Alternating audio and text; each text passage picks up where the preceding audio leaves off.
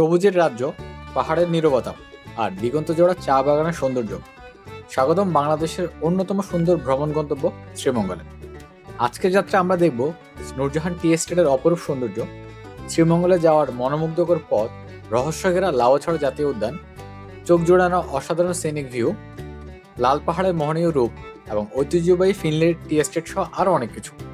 কিন্তু এই ভিডিও শুধু প্রকৃতির সৌন্দর্যের গল্প নয়, এক কাপ চায়ের পেছনে লুকিয়ে আছে হাজার শ্রমিকের ঘাম, সংগ্রাম আর না বলা জীবনের গল্প। যে চায়ের কাপে আমরা প্রতিদিন প্রশান্তি খুঁজি, সেই চায়ের পাতার জন্ম হয় কত কষ্ট, কত পরিশ্রম আর কত অবহেলার মধ্য দিয়ে। সেই বাস্তবতাও জানবো আজ। তাহলে চলুন সৌন্দর্যের পাশাপাশি বাস্তবতার গল্প নিয়ে শুরু করি শ্রীমঙ্গল ভ্রমণ। Welcome to Sreemangal blog. এখন হচ্ছে 5টা বাজে, আমরা শ্রীমঙ্গল চলে আসছি। আমি বর্তমানে পানসি রেস্টুরেন্টের সামনে আসি, এখানে আসছি খাওয়ার জন্য। সো ওদের হচ্ছে এখন 6টা বাজে, 6টার বেশি বাজে, ওরা এখনো খোলে নাই। ওদের মোটামুটি আরও 30 থেকে 40 মিনিট লাগবে। আমাদেরকে বাস হচ্ছে 4:30টার দিকে নামা দিছে এখানে, আমরা তখন থেকে ঘুরতেছি।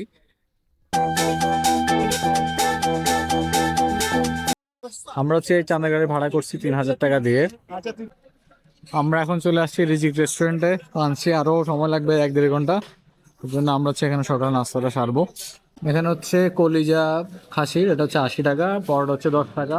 সোহেল হচ্ছে ছবি তোলায় ব্যস্ত, তুই তো ছবি এখন তুললে পরে কখন ছবি তুলবি আর?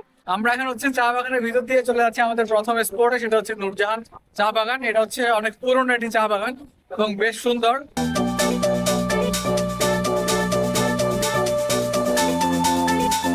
নূরজাহান টি এস্টেট, এটা যাওয়ার আগে আমরা হচ্ছে এখন যাবো লাল পাহাড়ে।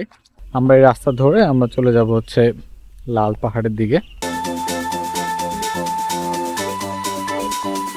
সামনে হচ্ছে লাল পাহাড় দেখা যাচ্ছে আর কি। এটা রাস্তা থেকে একদম ঠিক 2-3 মিনিটের দূরত্ব, আর বেশি না। আর এখানে যে পর্যটক যারা আছে এরা অলরেডি আসে ছবি তোলা শুরু করছে। আমাদের টিমের যারা, ওরা একদম সামনে, তা আমরা এখন ওইদিকে যাবো। এবারে ছবি তুলে দেন হচ্ছে আমরা ব্যাক করে আবার হচ্ছে নূরজাহান টি এস্টেট সেদিকে যাবো। এটাই হচ্ছে সেই লাল পাহাড়, সামনে গেলে হচ্ছে লাল পাহাড়টা দেখা যায়। বেসিক্যালি এখানকার মাটিগুলো একটু লাল, যে কারণে পাহাড়টার নাম হচ্ছে লাল। আর এগুলো হচ্ছে যে ভেঙে গেছে বৃষ্টির কারণে। তো মূলত জায়গা হচ্ছে এই জায়গাটা আর কি, চা বাগান সাথে হচ্ছে এক পাশে, আর আরেক পাশে হচ্ছে পাহাড়টা। সো এই হচ্ছে লাল পাহাড়। ছবি তোলার জন্য একটা শার্ট নিয়ে আসছে, শার্ট পরতে গিয়ে দেখে বুতাম ছিঁড়ে গেছে। ওদের রশিদে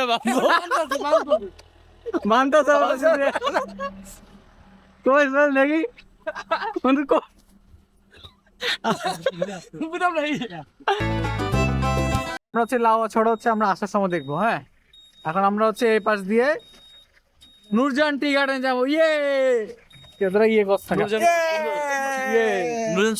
অনেক পুরনো ঐতিহ্যবাহী। এখানকার রাস্তার কঠিনতম বাজে অবস্থা, আমাদেরকে ঝাঁকি বাক্কি দিয়ে আমাদের শরীর মনে সব নাড়াই ফেলতেছে। আমার ছোট বাচ্চা কাচ্চা আছে, আমরা খুব কষ্টে জার্নি করতেছি এখানে। আমি এখন চলে আসছি নূরজাহান টি এস্টেটে। সো এখানে হচ্ছে আগে ফেন্স ছিল না, এখন ওরা দিয়ে দিছে আর কি। তো এখন কিন্তু অনেক গ্রিন সিনারি দেখা যাচ্ছে, একটু আগে বৃষ্টি হয়েছে। সব মানুষ হচ্ছে, আমরা ভিতরে চলে যাচ্ছি ছবিটা তোলার জন্য। আমরা হচ্ছে একদম উপরে উঠবো, উপরে উঠে উপর থেকে ভালো একটা ভিউ দেখা যায়, সেটা আমরা দেখবো। আমরা হচ্ছে নূরজাহান টি গার্ডেনের চূড়ায়, এখান থেকে এই সুন্দর ভিউটা দেখা যায়। আপনি ভিউ দেখতে হলে আপনাকে অবশ্যই শ্রীমঙ্গলে আসতে হবে।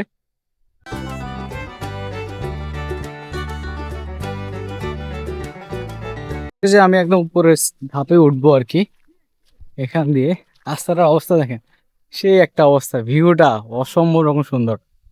হ্যাঁ, এটা তো উঠতে অনেক কষ্ট হবে আমার, দেখি উঠতে পারি। হ্যাঁ, এই যে দেখি উঠতে পারি কিনা। এই যে উঠে গেলাম। এটা হচ্ছে একদম টপ থেকে এই ভিউ। নিচে জায়গা আছে, সেই টপ থেকে এখন নিচে নামতেছি।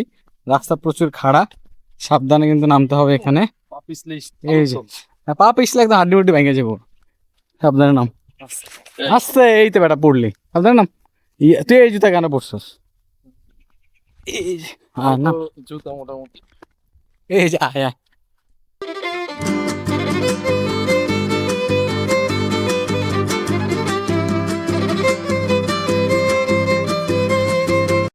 নূরজাহান হচ্ছে আমাদের ছবি টবি তোলা শেষ, আমরা ভিতরেও গেছি, একদম পাহাড়ের উপরে উঠছি, মানে টিলার উপরে। আমরা এখন এখান থেকে বের হয়ে যাব। আমরা বর্তমানে মাধবপুর লেকে চলে আসছি। তো আমরা এখান থেকে লেকের ভিতরে ঢুকবো। লেকটাতে মনে হয় অনায়াসে 2-3 ঘন্টা টাইম স্পেন্ড করা যায়। বিশাল বড় লেকটা, আমরা পুরো লেকটা এক্সপ্লোর করব একদম পুরোটা। আর এই জায়গার ভিউটা অনেক বেশি সুন্দর। আর লেকটার উপরে যখন উঠবো ওখান থেকে পাহাড় থেকে মেঘালয়ের পাহাড় দেখা যায়, ওটা আরো বেশি সুন্দর লাগে। খাবো এটা পিস করে আছে মামা, টান দিয়ে দিয়ে খাবে। মিষ্টি আছে না দেখে। হুম কেমন লাগে? বস বস অসাধারণ। মানে কেমন? সেরা সেরা। মধুর থেকেও মধুময়। এখন লেকের ভিতরে যাব। এই জায়গা দিয়ে উঠে গেলে তারপর লেকটা দেখা যাবে। এই মাধবপুর লেক, অনেক বেশি সুন্দর। আর এখানে যে পার্পল কালার শাপলাগুলো আছে এগুলো বেশি আরো সুন্দর লাগতেছে, বেশ সুন্দর। আর লেকটা বিশাল বড়, পাশে পাহাড় আর চা বাগান, তার সাথে লেকটা, দুইটার কম্বিনেশনে এটা অনেক বেশি সুন্দর লাগে। বৃষ্টি হইলে কিন্তু এটা আরো বেশি সুন্দর লাগতো। সকালে বৃষ্টি হয়েছে, যদি এখন একটু বৃষ্টি হয় কিন্তু আরো বেশি ভালো লাগতো। I love Kamalganj. আমরা এ পাশ ধরে একদম লেকের এই সাইড ধরে আমরা ঘুরবো পুরো লেকটা। আগের রাশিয়া যাওয়া হয় না, বাট এবার যাবো।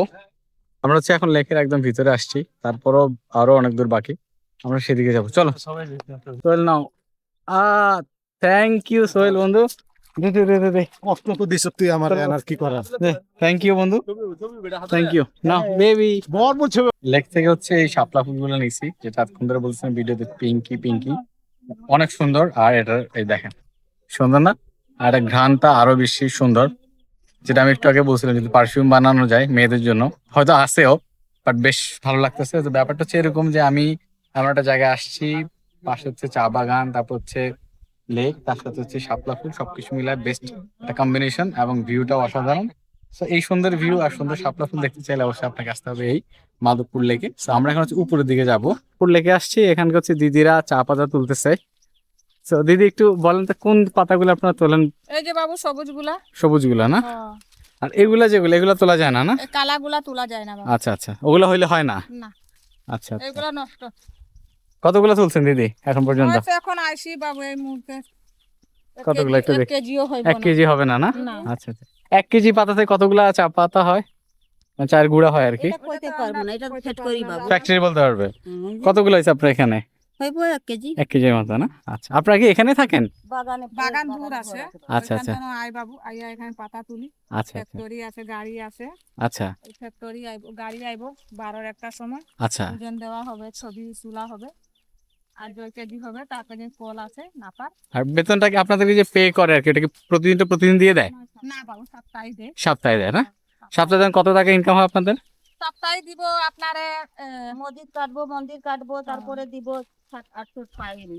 800 টাকা পাবেন। এটা কি 7 দিনে তুলতে হয়? 7 দিন। 7 দিন তুললে তারপর 800 টাকা দেয়। প্রতিদিন কত ঘন্টা কাজ করেন? 9টা থেকে 5টা পর্যন্ত। 9টা থেকে 5টা না? আজকে কি এখানে থাকবেন? না বাবু, আচ্ছা কাজ করে বাসার যাবো, বাচ্চা কাচ্চা ছোট আছে, আচ্ছা জামাই আছে, যাইমু। আচ্ছা বুড়া একটা মা আছে। হ্যাঁ হ্যাঁ তারারে সব রুটি বানাইছি, চা বানাইছি, আচ্ছা। এখানে থই দিছি, থইয়া আইছি। হইছে বাবু? কোন জায়গায় বাবু আপনারা? না, মাথায় একটা হেলমেট দিয়ে দাও। হ্যাঁ, এই যে এই যে মা, না, এই যে এই প্যাকেট। এগুলা তুলি। তোলো।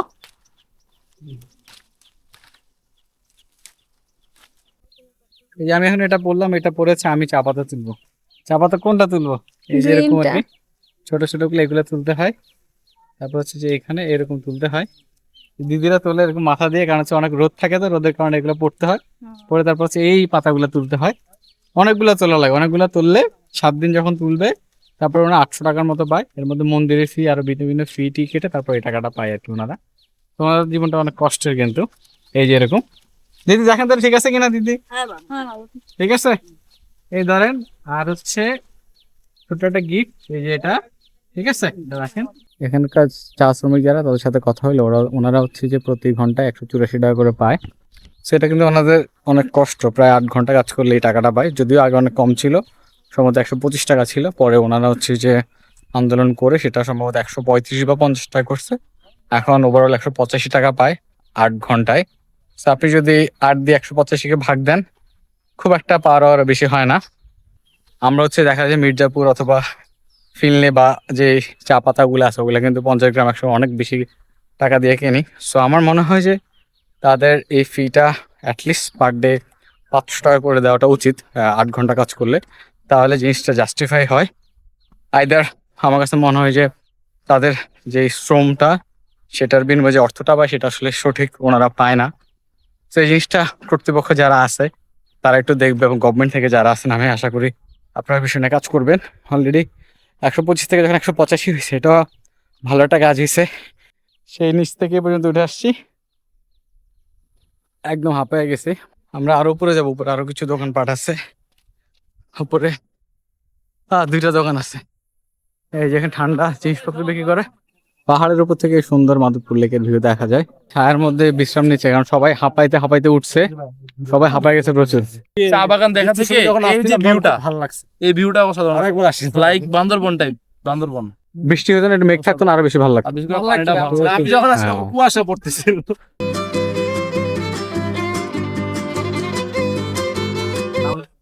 আমরা এখন এটা তো কক্সবাজার। আপাতত অনেক উঁচায় উঠছি, এখন নামবো। আমার ফ্রি সবারই দিয়ে খা। রিফ্রেশিং, কারণ হচ্ছে অনেক বেশি গরম, এই জন্য বেশি ভালো লাগছে। আমরা হচ্ছে প্রায় 2.5 ঘন্টার মতো মাধবপুর লেকের যে পাহাড় আছে সেটাতে টাইম স্পেন্ড করছি। আনারস খাইলাম, শশা খাইছি, তারপর হচ্ছে জুস খাইছি। এখন হচ্ছে আমরা নিচে নেমে যাচ্ছি, এই যে রাস্তা দিয়ে আমরা নিচে নেমে যাবো। এরপরে আমাদের যাত্রা পথ হচ্ছে লাউয়াছড়া উদ্যান, সেখান থেকে রাবার বাগান যাব, তারপর হচ্ছে যে 7 রঙের চা খাবো, আর ওখানকার যে আদিবাসী যে মার্কেট আছে সেখানে যাব। এই তো এখন আমরা নিচে নেমে যাচ্ছি।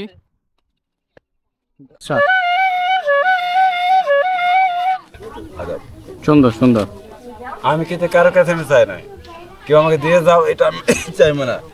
যেটা মনে চাই দিয়েন, না মনে চাই দিয়েন। আপনি কি এটাই করেন? আমি এই বার্ষি ব্যবসায়ী আর কিছু না, না। এটা দিয়ে সংসার? হ্যাঁ। এই যে গাছগুলো দেখতে পাচ্ছেন, এগুলো চা পাতা গাছ, এগুলা না কাটলে এত বড় হয়ে যায়। অনেকগুলো আছে।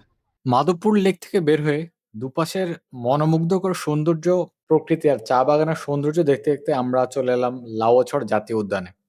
এখানে ঘুরে দেখলাম ঐতিহাসের সাক্ষী সেই বিখ্যাত রেল লাইন, যা ঘন জঙ্গলের মাঝ দিয়ে চলে গেছে এবং জায়গাটি করেছে আরো আকর্ষণীয়। তো আমার পিছনে অনেকগুলো বানর খেলাধুলা করতেছে, অনেকগুলো আছে এখানে, ছোট ছোট বাচ্চা বাচ্চা অনেকগুলা। এই দোকানে আসছে, এখানকার চা খাবো, ফিনলে টি গার্ডেন, এখানে সবাই চা খাওয়ার জন্য বসে আছি। লাউয়াছড়া ভ্রমণ শেষ করে এবার আমরা রওনা হচ্ছি শ্রীমঙ্গল শহরের দিকে। সেখানে শেষ হবে আজকে আমাদের শ্রীমঙ্গল ট্যুর। এরপর সুন্দর কিছু স্মৃতি সঙ্গে নিয়ে আমরা ফিরে যাব ঢাকার উদ্দেশ্যে। এই পুরো ট্যুরে আমাদের জনপ্রতি খরচ হয়েছে আনুমানিক 1200 টাকার মতো, যা বাজেটের মধ্যে দারুণ একটি ভ্রমণ বলা যায়। আশা করি আজকের ভিডিওটি আপনাদের ভালো লেগেছে। যদি ভালো লেগে থাকে তাহলে ভিডিওটি একটি লাইক দিন, চ্যানেলটিকে সাবস্ক্রাইব করুন এবং আপনার বন্ধুদের সঙ্গে শেয়ার করতে ভুলবেন না। আবার দেখা হবে নতুন কোনো ভ্রমণে, নতুন কোনো গল্প নিয়ে। ধন্যবাদ, সবাই ভালো থাকবেন।